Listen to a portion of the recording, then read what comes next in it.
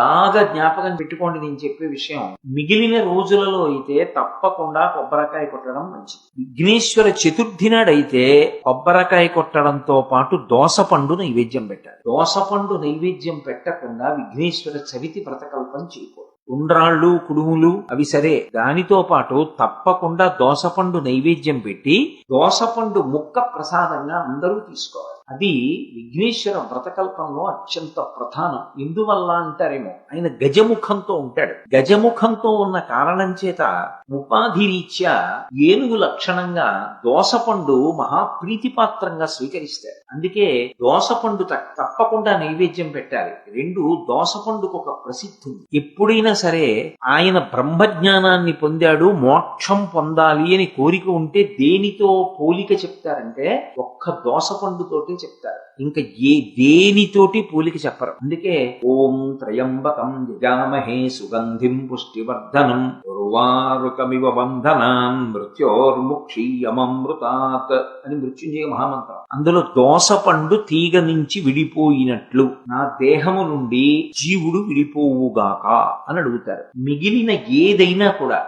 పండిపోయిన తరువాత కూడా ముచికని విడిచిపెట్టడం కొంచెం కష్టంగా విడిచిపెట్టడం, అంత తేలిగ్గా వదలదు. ఒక్క దోసపండు మాత్రం సునాయాసంగా వదులుతుంది ముచిక నుంచి. దోస